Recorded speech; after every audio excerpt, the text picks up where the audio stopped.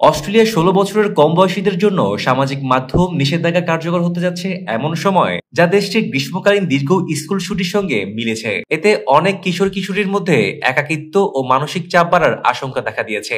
আগামী ১০ ডিসেম্বর থেকে TikTok, YouTube, Instagram সহ প্রধান সামাজিক মাধ্যম ব্যবহার নিষিদ্ধ হবে ১৬ বছরের কম বয়সীদের জন্য।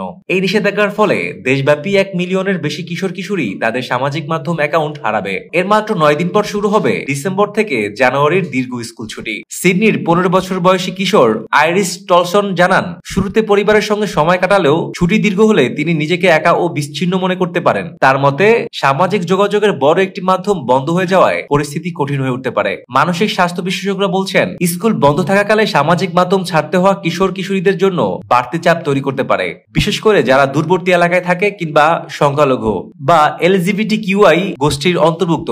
তাদের জন্য অনলাইনের বিকল্প কম থাকায় ঝুঁকি বেশি।